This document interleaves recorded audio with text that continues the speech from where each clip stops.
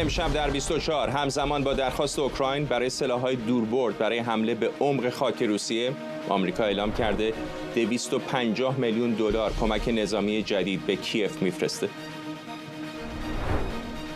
پیشتازی مالی کارزار کامالا هریس از دونالد ترامپ. رویترز میگه نامزد دموکرات‌ها فقط در ماه گذشته 361 میلیون دلار جمع‌آوری کرده. نشست غول‌های فناوری آمریکا با نمایندگان کاخ سفید. واشنگتن از ارائه دهندگان زیرساخت‌های اینترنتی خواست به مبارزه با سانسور کمک کنند. از استودیوی ایران اینترنشنال این 24 است با فرداد فرحزاد. بینندگان ایران اینترنشنال در ایران و سراسر جهان سلام و وقت بخیر. ولادیمیر زلنسکی رئیس جمهوری اوکراین در نشست گروه تماس دفاعی اوکراین از متحدان غربیش خواهان ارسال سلاح‌های دوربرد به اوکراین شده. آقای زلنسکی در این نشست که در پایگاه هوایی رامشتاین آلمان برگزار شد از متحدانش خواست به اوکراین اجازه بدن از سلاح‌های اهدایی برای حمله به عمق خاک روسیه استفاده کنه. همزمان واشنگتن اعلام کرده که 250 میلیون دلار کمک نظامی جدید به کیف ارسال میکنه. لوید آستین وزیر دفاع آمریکا گفته که بسته جدید کمک نظامی شامل مهماتی برای سامانه‌های موشکی هیمارس، گلوله‌های توپخانه و سلاح‌های ضد تانک و ضد هوایی خواهد بود. خوشحالم که اعلام می‌کنم رئیس جمهور بایدن بسته جدیدی از کمک‌های امنیتی به ارزش 250 میلیون دلار را برای اوکراین تصویب کرده است. این بسته شامل تجهیزات دفاع هوایی بیشتر، خودروهای زرهی، سلاح‌های ضد تانک و مهمات برای سیستم‌های راکتی و توپخانه خواهد بود. با این حال تمرکز ما فقط بر تأمین نیازهای کوتاه مدت اوکراین نیست. ما با متحدان و شرکایمان در حال همکاری هستیم تا به اوکراین در شکل دهی امنیت بلند مدتش کمک کنیم. توانایی یک ائتلاف ما از آن برخوردار است و متحدان و شرکای ما امکان می‌دهد در حمایت‌هایمان از اوکراین هماهنگ باشیم و همراه با گروه تماس با اوکراین کمک کنیم تا آینده‌ای با قابلیت رزمی قابل اتکا برای خود بسازد. بر اساس داده‌های وزارت خارجه آمریکا، واشنگتن از آغاز حمله روسیه به اوکراین در فوریه 2022 تا به حال بیش از 55 میلیارد دلار کمک نظامی به کیف ارائه کرده. این کمک‌ها شامل طیف گسترده‌ای از تجهیزات نظامی از جمله سامانه‌های دفاعی هوایی پاتریوت، موشک‌های ضد هوایی استینگر، سیستم‌های راکت انداز متحرک هیمارس، تانک‌های آبرامز، خودروهای زرهی پهپاد، موشک‌های ضد زره و میلیون‌ها گلوله توپخانه بوده.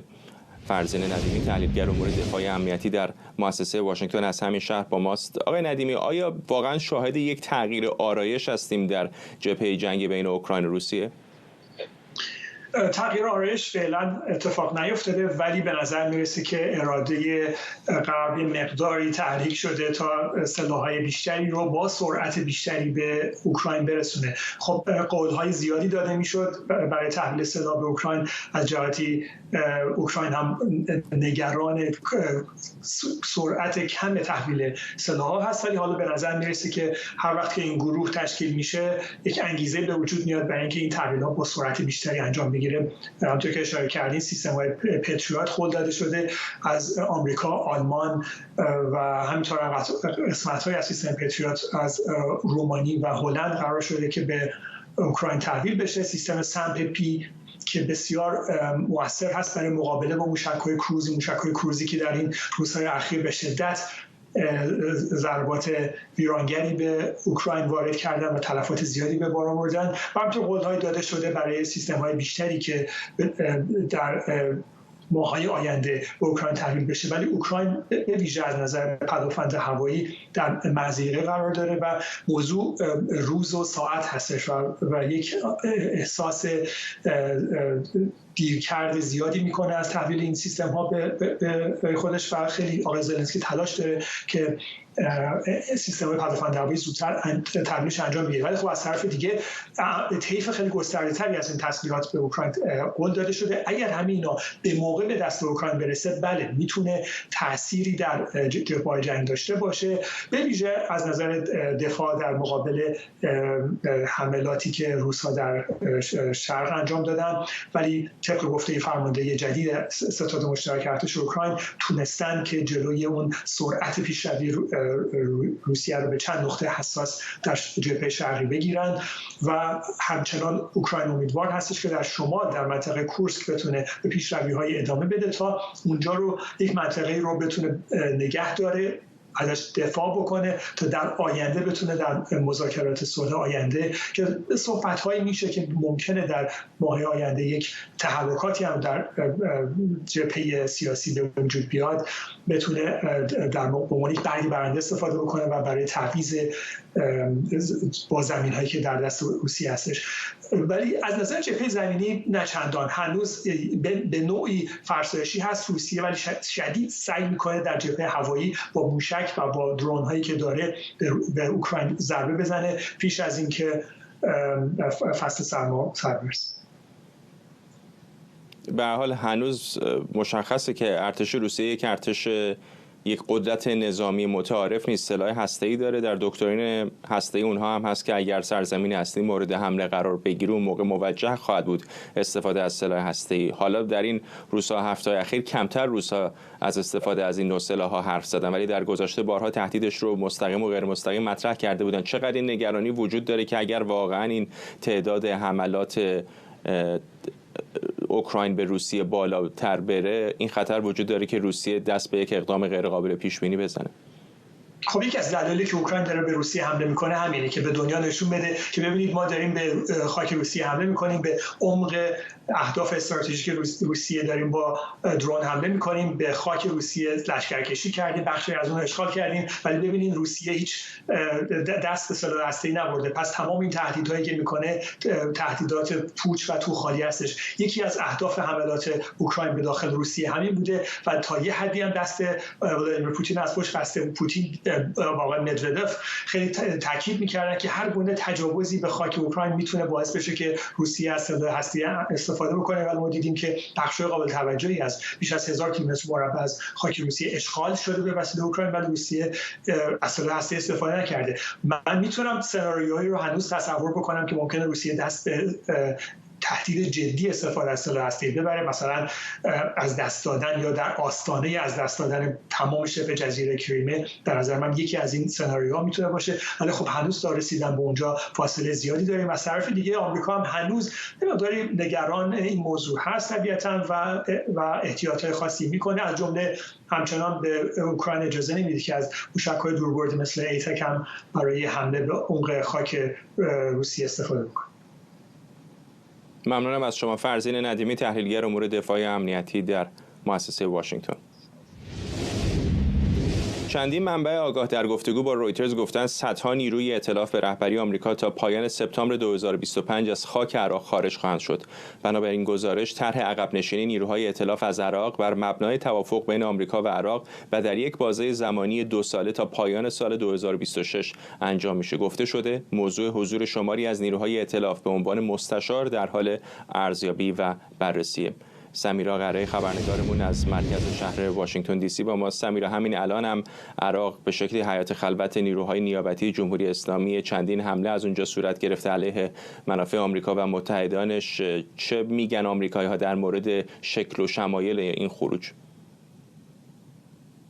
اینطور فرداد حیات خلوت نیروهای نیابتی هست و به نظر میرسه که آقای السودانی که ابتدای امسال ژانویه سال 2024 اصلا این ایده رو مطرح کرد که نیروهای آمریکایی خارج بشن، گفتگوها رو با آمریکا آغاز کرد. یکی از دلایلی که ارائه داده بود همین بود که حضور شما در خاک ما و حملاتی که به شکل مداوم از نیروهای نیابتی جمهوری اسلامی علیه نیروهای شما داره انجام میشه در واقع بدل شده به یک ناامنی شدید و بی‌ثباتی در عراق و این یکی از ادله‌هایی بوده که آقای السودانی مطرح کرد. اما گزارش رویترز به نقل از 5 مقام آمریکایی، 3 مقام عراقی و 2 مقام از سمت کشورهایی که در این ائتلاف رهبری آمریکا علیه داعش حضور دارند. اون چیزی که در خبر آمده اینه که از همین ژانویه که بهش اشاره کردم این گفتگوها شروع شده و چند هفته پیش اینها به یک تفاهمی رسیدند عراق و ایالات متحده برای خروج نیروهای ائتلاف، نه صرفا نیروهای آمریکایی بلکه مجموعاً نیروهای ائتلاف و اون بازه زمانی که ارائه شده قرار هست که تا پایان سپتامبر سال آینده، یعنی دقیقاً یک سال دیگه، تعدادی از نیروهای ایالات متحده از عراق خارج بشن. 2500 نیرو در حال حاضر ایالات متحده در عراق داره، 900 تا هم میدونیم در سوریه داره. قرار هست که عین الاسد رو در سال دیگه سپتامبر 2025 اینها خالی بکنند و نیروهای خودشون رو در اربیل نگه دارند و دلیلی که ارائه شده این هست که ببینند که عملیاتی که دارند علیه داعش در سوریه انجام میدند به کجا میرسه و اون نیروهایی که در اربیل هستند هم در انتهای سال 2026 بخوان اونجا رو خالی بکنند و گفتگوهایی هم داره انجام میشه برای اینکه ایالات متحده همچنان یک حضور مشاوره‌ای مستشاری در عراق نگه داره. اینها جزئیاتی است که ارائه شده و حالا باید دید که تا چه اندازه عملی میشه. دولت ترامپ یک میراثی اگر برای بایدن داشت خروج از افغانستان، بازه زمانی که تعیین کرده بود، الان داریم میبینیم که مشابه اون از سوی دولت بایدن داره برای دولت بعدی انجام میشه. حالا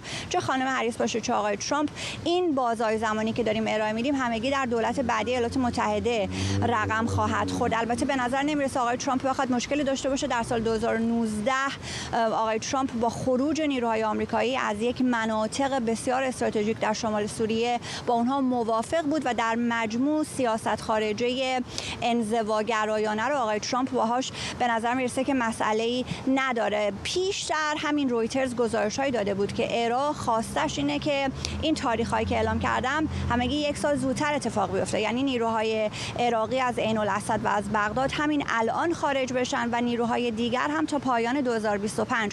اما داریم می‌بینیم با توجه به تنش‌هایی که به وجود آمده، به ویژه تنش‌ها بین جمهوری اسلامی و اسرائیل، این بازه زمانی یک سال به عقب افتاده. ایالات متحده الان 21 سال میشه، 21 سال پیش به عراق حمله کرد، 8 سال نیروهای نظامیش آنجا ماندن. در سال 2011 خارج شد از عراق، ولی در سال 2014 برای جنگ با داعش مجدد وارد شد، ائتلاف رو ایجاد کرد، اون عملیات معروف عزم راسخ رو به راه انداخت. کشورهای دیگر آمدن، فرانسه، آلمان، ایتالیا، اسپانیا ماندن و الان باید این عملیات عزم راسخ به هر حال یک نقطه پایانی داشته باشه. نیروهای ائتلاف دیگر اونجا رو ترک بکنند. این بحثا مدت هاست که وجود داره، انتقادات بسیار زیادی هم وجود داره، به ویژه با توجه به عملکردی که بایدن در خروج از افغانستان داشت و یا اینکه اگر این نیروها برن در اون وکیوم و خلایی که ایجاد میشه چه اتفاقاتی خواهد افتاد. تنش‌ها هم در شرایط فعلی بسیار زیاده، علامت سوال‌ها زیاده، ولی این تصمیمیه که به نظر میرسه گرفته شده، گفتگوهای تکنیکی به سرانجام رسیده و در همین سپتامبر هم جزئیات نهایی رسمی منتشر خواهد شد. فرداد. ممنونم. سمیرا قرایی، همکارم از مرکز شهر واشنگتن دی سی. رویترز میگه کارزار کامالا هریس در ماه اوت تونسته 361 میلیون دلار جمع‌آوری کنه و موجودی نقدی کارزار دموکرات‌ها در ابتدای ماه سپتامبر به 404 میلیون دلار رسیده. پیشتازی مالی کارزار خانم هریس در حالیه که ستاد انتخاباتی دونالد ترامپ اعلام کرده که در ماه اوت 130 میلیون دلار جمع‌آوری کرده و در ابتدای ماه سپتامبر 295 میلیون دلار موجودی نقدی داشته. رویترز میگه انتظار میره هر دو نامزد در این دور از انتخابات ریاست جمهوری آمریکا بیش از 1 میلیارد دلار هزینه کنند که رکوردی تازه در تاریخ انتخابات این کشور به شمار میره.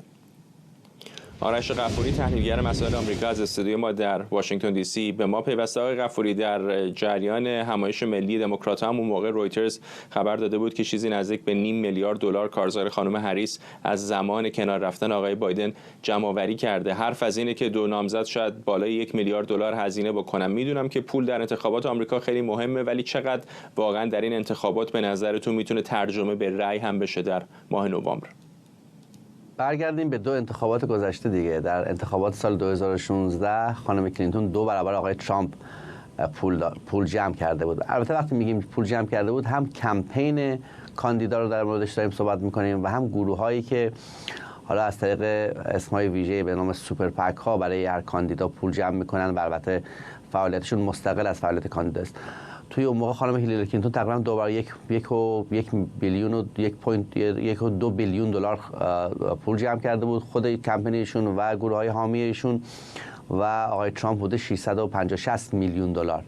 تو انتخابات گذشته 2020 آقای بایدن کمپینش فکر می‌کنم بوده 1 بیلیون دلار، بیشتر از 1 بیلیون دلار جمع کرده بود. گروه‌های حامی کمپین آقای بایدن بالای 500-600 میلیون دلار جمع کرده بودن که میشد 1.6. برای آقای ترامپ این مجموعشون فکر کنم کمپینش 700 میلیون بود، 300 میلیون هم گروه حامی آقای ترامپ جمع کرده بودن، حدود 1 بیلیون دلار شده بود. یعنی حداقل در انتخابات گذشته، بر اساس 2 انتخابات گذشته خیلی تفاوت، یعنی پول جمع کردن تعبیر به رأی و معنی نشد. البته این پولایی رو که جمع میکنن به خصوص استفاده میکنن برای تبلیغات در اون ایالت‌های سرنوشت ساز و همینطور تبلیغات تلویزیونی به خصوص و همینطور جمع کردن افرادی که میرن در خونه‌های مردم و از اونها دعوت میکنن که به کاندیداشون رأی بدن که خب برای اون جمع کردنشون هزینه‌هاشون اون هم خیلی رقم بالاییه. ولی خب تعبیر به رأی خیلی چندان حداقل در 2 انتخابات گذشته نبوده. در این عصر شبکه‌های اجتماعی که نامزدان اینقدر مستقیم با رای دهندگان در ارتباط هستن، به خصوص مثلا نامزدی مثل آقای دونالد ترامپ، چقدر فکر می‌کنی واقعا این تبلیغات به خصوص منفی تلویزیونی در تلویزیون‌های محلی جواب میده؟ همیشه جواب داده تو ایالات متحده. یعنی شما اگر مثلا انتخابات رو نگاه کنید در به قول معروف انتخابات گذشته، اینی که یک کاندیدایی چطور در نظرسنجی میره بالا میاد پایین، مثل خانم کلینتون 2016 یا حتی آقای ترامپ در 2020 که آقای بایدن علیه ایشون به کار میبرد، این تبلیغات منفی بخشی از به قول معروف ریشه انتخابات در ایالات متحده است. یعنی این چیزی نیست که مثلا حالا ما توی ایران یا شاید برخی از کشورها به این معنی هیچ وقت نداشتیم تبلیغات منفی رو و ما برگردیم مثلا به 200 سال پیش، کاندیداها همون موقع هم تبلیغات منفی علیه خودشون انجام میدادن. مثلا آقای جکسون علیه کوینسی ادمز سال انتخابات 1825. یعنی این چیزی نیست که خیلی چیز جدیدی باشه. آمریکایی‌ها یا مردم ایالات متحده به صورت تاریخی این بخشی از رقابت‌های انتخاباتیشون بوده. اتفاق سوشال میدیا یعنی رسانه‌های اجتماعی اتفاقا بهش کمک میکنه در یه حالت‌هایی، برای اینکه شما تبلیغاتی رو که می‌خواید علیه کاندیدای خودتون به کار ببرین از طرق مختلفی که حالا بیگ دیتا و کارهای سیمولیشن و ماشین لرنینگ و چیزای شبیه این هست توی بر علیه کاندیدای خودتون استفاده می‌کنین. اتفاقا خیلی با هدفبندی بهتری انجام میدین، چیزی که خیلی استفاده میشه و همیشه هم تعبیر به رأی اتفاقا این مورد خیلی شده توی ایالات متحده. ممنونم از شما آرش غفاری، تحلیلگر مسائل آمریکا از استودیوی ما در واشنگتن دی سی. قاضی پرونده کیفری دونالد ترامپ در منهتن صدور حکمش رو تا بعد از انتخابات ریاست جمهوری آمریکا، یعنی 2 ماه دیگه، به تعویق انداخته. نیویورک تایمز میگه این تصمیم پیروزی قابل توجهی برای رئیس جمهوری سابق آمریکاست که در میانه دادگاه‌های متعدد سعی داره به کاخ سفید برگرده. قرار بود این حکم این پرونده آقای ترامپ در دادگاه منهتن در روز 18 سپتامبر صادر بشه، اما قاضی اون رو به 26 نوامبر موکول کرده. این تصمیم از برگزاری دادگاه در هفته‌های پایانی کارزار انتخاباتی جلوگیری میکنه، اما میتونه بر نتیجه انتخابات تاثیرگذار باشه. ژان سمی، کارشناس امنیت ملی از ویرجینیا با ماست. کمک مهمی است به آقای ترامپ در این وسط. اینطور نیست آقای سمی وسط این کارزار انتخاباتی حداقل دیگه حواسش به یک دادگاه لازم نیست که باشه؟ مردم عزیز ایران، بله، ببینید در حقیقت این دادگاهی و نتیجه یا اعلام نظریه قاضی اونقدر بر روند کار تأثیری نمیگذاشت از لحاظ قضایی، برای اینکه چه الان این امر انجام بشه چه 2 ماه دیگه انجام بشه، اون نظریه‌ای که قاضی بخواد اعلام بکنه رو خواهد کرد. اما از لحاظ سیاسی اگر ما بخوایم به مسئله نگاه بکنیم، برای دموکرات‌ها هیچ توفیری نمی‌کرد، برای اینکه مهم برای دموکرات‌ها از لحاظ سیاسی ضربه زدن به آقای ترامپ بود، از این جهت که بگن ایشون محکومیتی به اسمش ثبت شده که اون شده.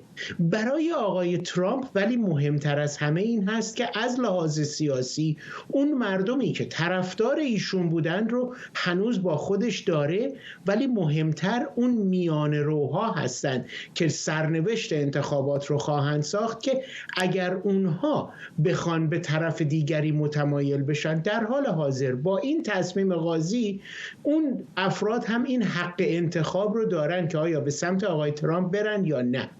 حالا برخی از دموکرات ها هم اومده بودن میگفتن که مسئله رو ممکنه بغرنج‌تر بکنه، چون آقای ترامپ ممکنه بعد از پیروزی در انتخابات بخواد به خودش عفو ریاست جمهوری بده. اون راه رو هم بر ایشون بسته است، به خاطر اینه که جرمی که به ایشون زدن جرم ایالتی است و رئیس جمهور در زمینه جرم ایالتی نمیتونه بخششی ایجاد بکنه. پس میبینیم که اینها همش جنبه سیاسی داشت و از لحاظ جنبه سیاسی هم بسیار به نفع هیئت انتخاباتی آقای ترامپ خواهد.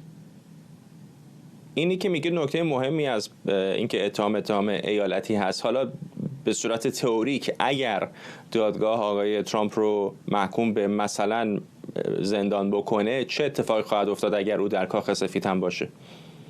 نکته بسیار جالبی رو اشاره می‌فرمایید، برای اینکه ما در تاریخ بین 5 نوامبر تا 20 ژانویه آینده آقای ترامپ به عنوان رئیس جمهور اگر انتخاب بشه به عنوان رئیس جمهور منتخب قلمداد خواهد شد، ولی در 26 نوامبر اگر این قاضی بیاد و بگه این رئیس جمهور منتخب به زندان بایستی بره، بعد اون یک مسئله خواهد بود که 100% جلوی دیوان عالی کشور خواهد رفت و اونها بایستی نظریهشون رو صادر بکنن که باز هم من در اونجا فکر میکنم اگر هم به اونجا بکشه آقای ترامپ پیروز مسئله بیرون خواهد آمد، به این جهت که اونها دیوان عالی کشور بر این باور هست که این حق یک فرد هست که بخواد در انتخابات ریاست جمهوری شرکت بکنه و اگر هم شرکت کرده اون مسئولیت قانون اساسی بر عهده ایشون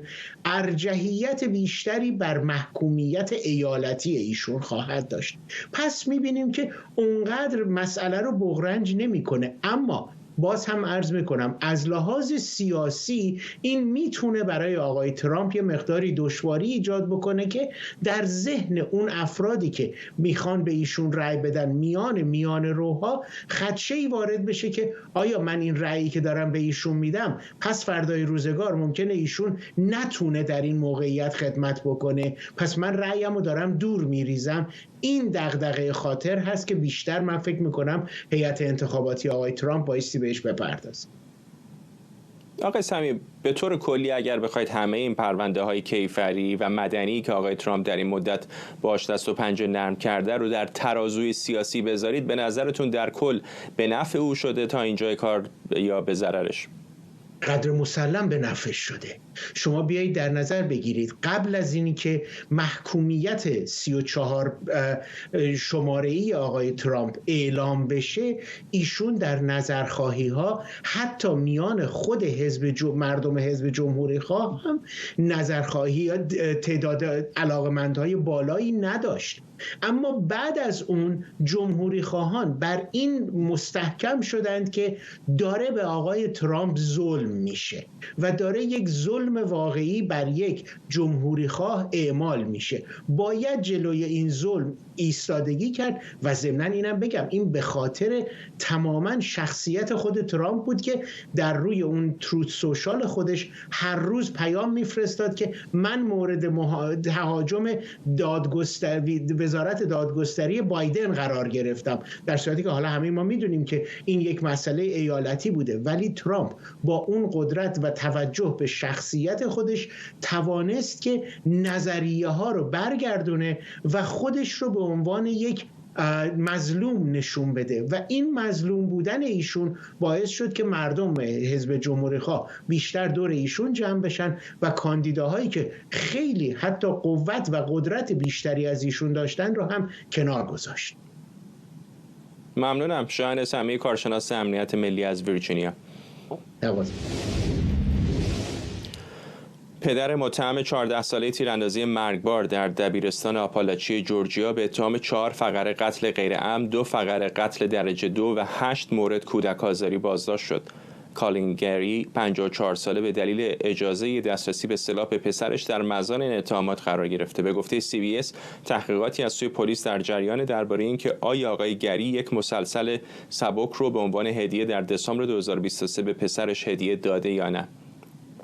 وبسایت آرشیو خشونت با اسلحه نوشته از اول سال 2024 تا الان 385 مورد تیراندازی جمعی در آمریکا رخ داده. به گفته CNN در این مدت 46 مورد تیراندازی در مدارس و 13 مورد در محوطه دانشگاه‌ها رخ داده. از ابتدای سال میلادی 23 نفر و در جریان این تیراندازی‌ها کشته و حداقل 64 نفر زخمی شدند. گرچه آمار دقیقی از مالکان اسلحه در آمریکا وجود نداره، اما بر اساس تحقیقاتی که مؤسسه پیو انجام داده، آمار مالکیت اسلحه در دهه اخیر رو به افزایش بوده. طبق نظرسنجی در حال حاضر حدود 1/3 بزرگسالان در آمریکا اسلحه دارن. 10% شهروندان گفتن اگرچه خودشون اسلحه نداشتن، اما فرد دیگری در خانواده اونها سلاح داشته. این در حالیه که رشد مالکیت اسلحه در مقایسه با سال 2017 چیزی حدود 3 برابر رو نشون میده.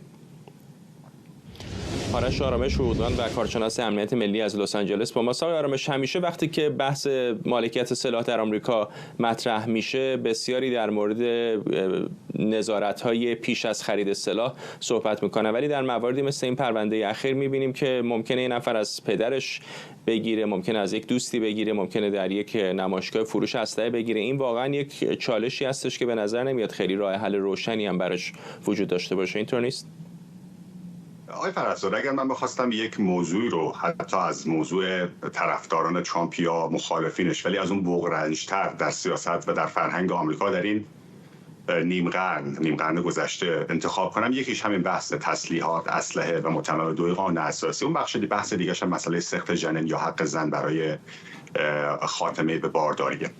در مورد مسئله اسلحه متمم 2 قانون اساسی خوب خیلی به صراحت میگه شخص‌ها، افراد میتونن به صورت فرادا، به صورت شخصی دسترسی داشته باشن به اسلحه و ایالت‌ها هم میتونن میلیشیا یا سازمان‌های نظامی خودشون رو داشته باشن. برمیگرده به زمانی که خب ایالات متحده تشکیل شده بود و بیم و واهمه از این بود که دوباره اون استبداد و استعمار بریتانیا برگرده. در هر صورت این به عنوان یک سنت و به عنوان یک حق قانونی در قانون اساسی ما هست. روندی که در این 15 سال اخیر با تغییر ترکیب دادگاه‌های فدرال در قوانین اسلحه ایجاد شد، رو به آزادی بیشتر تسلیحات و نظاره کمتر دولت فدرال و دولت‌های ایالتی بود. کیس اولی یا پرونده خیلی مشهور پرونده هلر هست. هلر در منطقه واشنگتن دی سی، شما همونطور یادتون میاد سال پیش مثلا در ایالتی مثل واشنگتن شما داشتن اسلحه خیلی سخت بود. یعنی همین الان هم شما بخواید در واشنگتن اسلحه بگیرید، باید برید یک ورقه رو در پلیس محلی MPD Metropolitan Police Department پر کنید، بهش همیشه MPD 115 110 یه همچین فرمی هست. تک تک اسلحه ها رو بعد اونجا به ثبت کنید. معمولا تقریبا 2 ماه 3 ماه، بعضی موقع خوش شانس باشید 1 ماه طول میکشه، به شما ایمیل میزنن میگن این اسلحه زیر اسم شما ثبت شد ولی حق حملش رو نداری. حق حملش هم باز یک پروسه خاص خودش داره. من اگر بخوام کلا قوانین اسلحه رو در ایالات مختلف آمریکا به 3 دسته تقسیم کنم، دسته اول ایالات بیشتر محافظه‌کار، معمولا جمهوری خواه‌تر هستن که به اونها میگن constitutional carry یا open carry.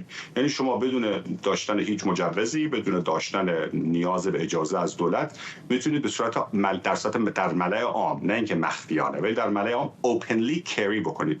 اسلحه کمری به کمرتون باشه یا اسلحه بالاتر از 16 اینچ، لوله که بهش از زیر 16 اینچ میشه هندگان یا تفنگ دستی. 16 اینچ هم هر اینچی 2 سانتیمه، یعنی میخوام بعد بالای 16 اینچ میشه لانگ آرم یا رایفل یا تفنگ بلند.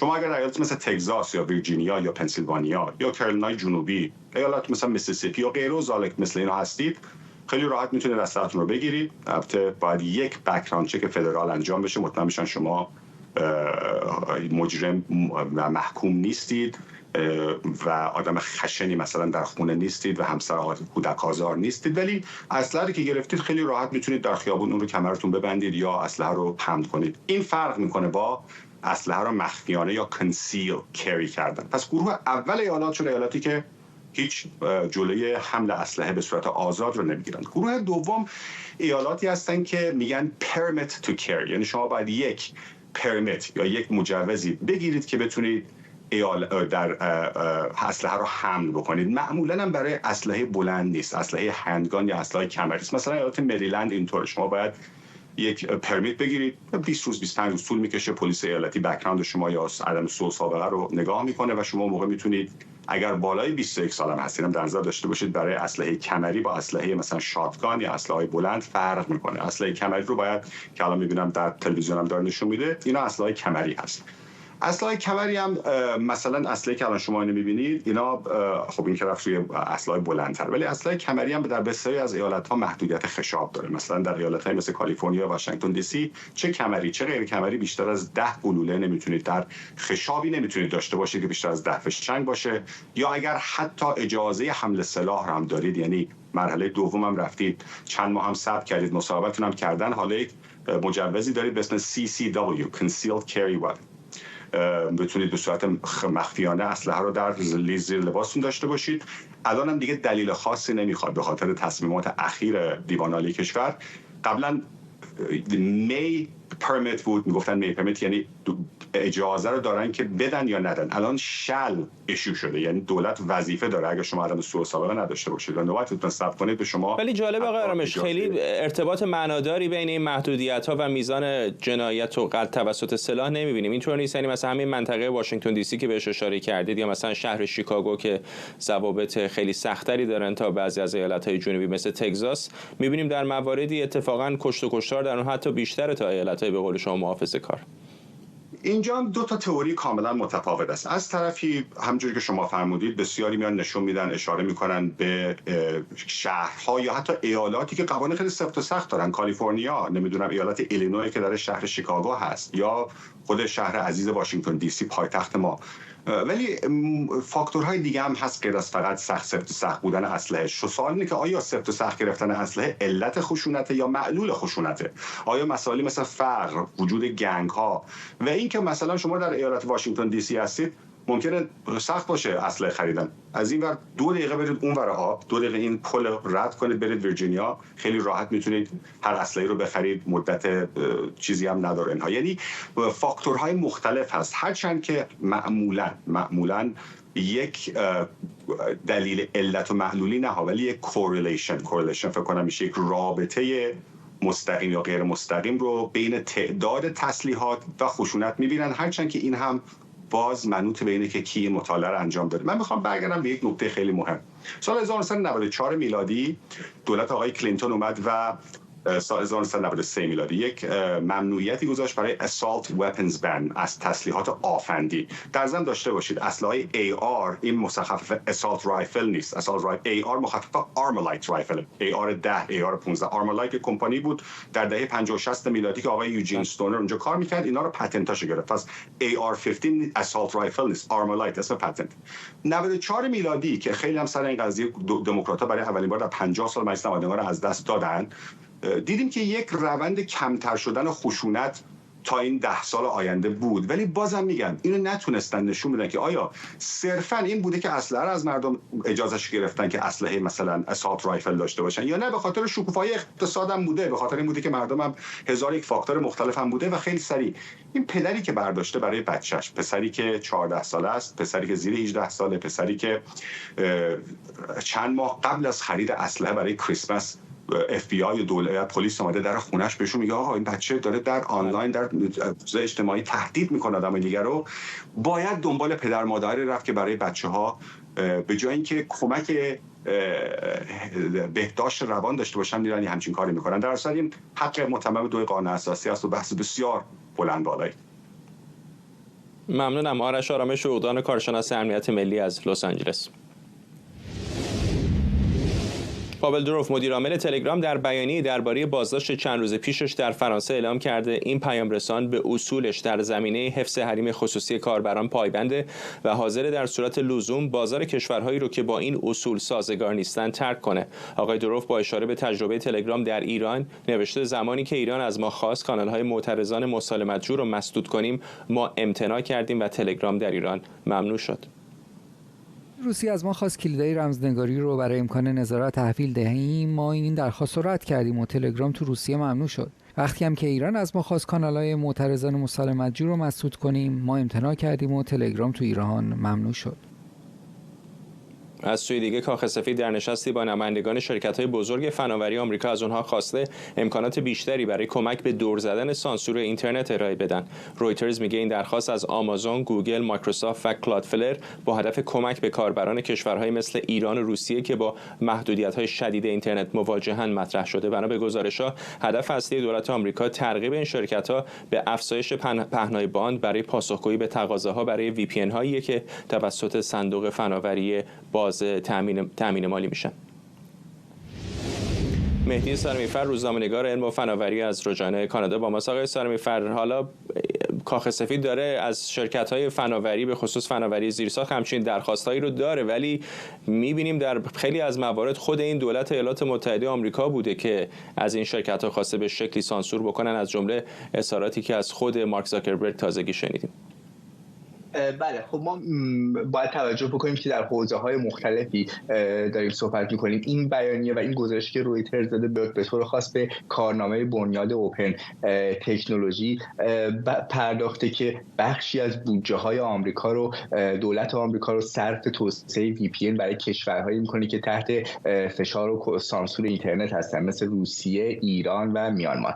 اما خب اینکه این تناقض وجود داره در دولتی که از اون طرف می‌بینیم که مثلا جلوی سانسور میخواد بایسته و از طرف دیگه میخواد محدودیت‌هایی در داخل خودش در حقیقت ایجاد بکنه، این تناقضی هست که وجود داره و نمیشه نادیدش گرفت. هرچند حجم در حقیقت سانسور و کنترل اینترنتی که در روسیه و ایران و میانمار انجام میشه خب خیلی متفاوته با دستوری به زاکربرگ. ولی اینو توجه بفرمایید که وقتی به این آمارهایی که بنیاد تکنولوژی باز منتشر کرده مراجعه میکنیم، واقعا آمارهای عجیبی هستن. میبینیم که در طول 2-3 سال گذشته بودجه دولت آمریکا به نزدیک 30 میلیون دلار برای حوزه VPN ها رسیده از حدود 5 میلیون دلار و به خصوص این رو می‌بینیم که بیشتر مصرف کنندگان این VPN روسی بودن تا سال گذشته، یعنی اکتبر 2022 و در یک سال گذشته ما یک جهش عظیمی در کاربران ایرانی می‌بینیم، طوری که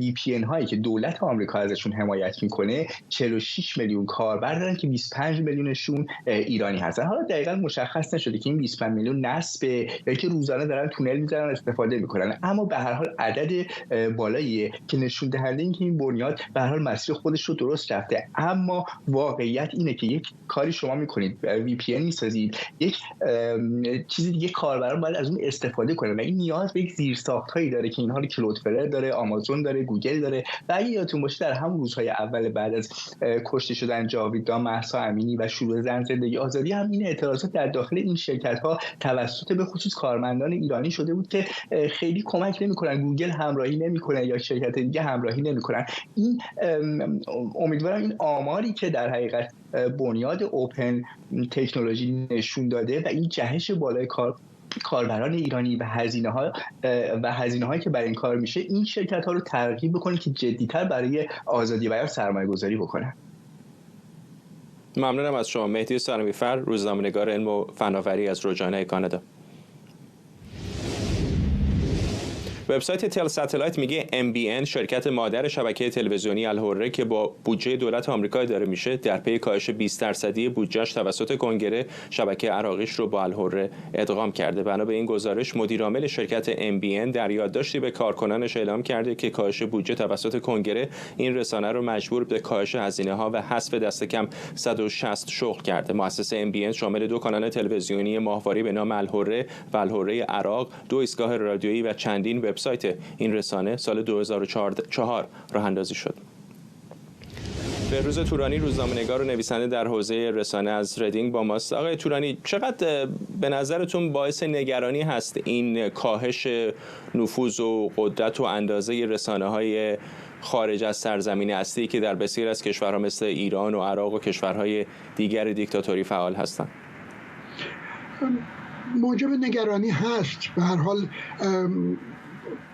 کاهش یافتن نفوذ هر رسانه‌ای باعث نگرانی است، برای که مانع از رسیدن اطلاعات دقیق و همراه با نگاه عینی به بینندگان و خوانندگان و شنوندگان در اون نقطه میشه. البته الحره من میدونیم که مشکل دیگه هم داشته که بیشتر به تنش میان ایران و آمریکا مربوط میشه و به اصطلاح مجوز پخش الحره برای مدت 3 ماه توسط کمیسیون رسانه‌ها و ارتباطات دولت عراق روز دوشنبه به خاطر برنامه‌ای که از نوع گزارش تحقیقی و روز شنبه پخش شده بود، این مجوز به مدت 3 ماه باطل شد به اضافه یک هشدار بیشتر. این خبری که الان شما به من میدید به نظرم میاد که این یک راهی است برای اینکه الحره بتونه قبل از این 3 ماه فعالیت خودش رو ادامه بده. و البته ماهیت گزارش‌های تحقیقی به خصوص در یک منطقه‌ای مثل منطقه عراق و ایران که همه مقامات و نهادها یک استعداد خاصی دارن که احساساتشون جریحه دار بشه، یعنی کوچکترین چیزها رو توهین به خودشون تلقی میکنن و این گزارشی که روز شنبه پخش شد درباره به اصطلاح وجود فساد در نهادهای مذهبی شیعی و سنی هر دو در عراق بوده و البته الحره میگوید که ما به همه این سازمانهایی که اسمشون در این گزارش آمده اعلام کردیم که اگر شما نظر متفاوتی دارید با اون چه ما داریم بیان میکنیم در این گزارش به ما بگید که ما در گزارش بگنجونیم. اونها قبول نکردند، یعنی اصلا موردی برای این کار ندیدن.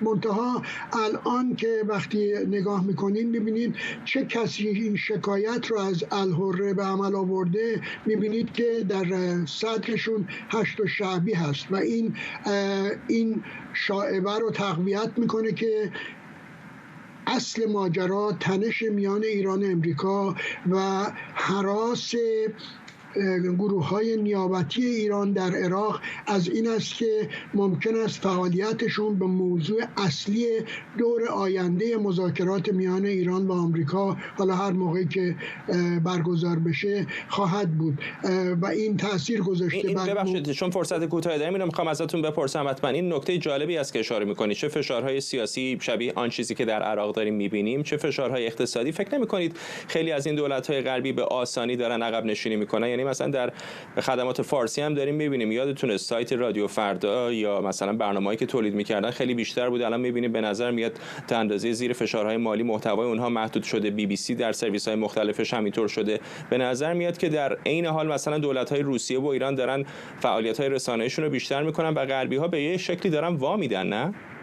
بله، مثلا در فاصله سالهای 2009 تا 2012 دولت‌های غربی فشار آوردن به کمپانی‌هایی که خدمات ماهواره‌ای میدن و تعداد زیادی از کانال‌های تلویزیونی ایران رو به خاطر اینکه ایران مانع پخش برنامه‌های شبکه‌های فارسی تلویزیونی در ایران میشد با پارازیت و با اقدامات دیگر، به مدتی نسبتاً طولانی این شبکه‌ها رو قطع کردند.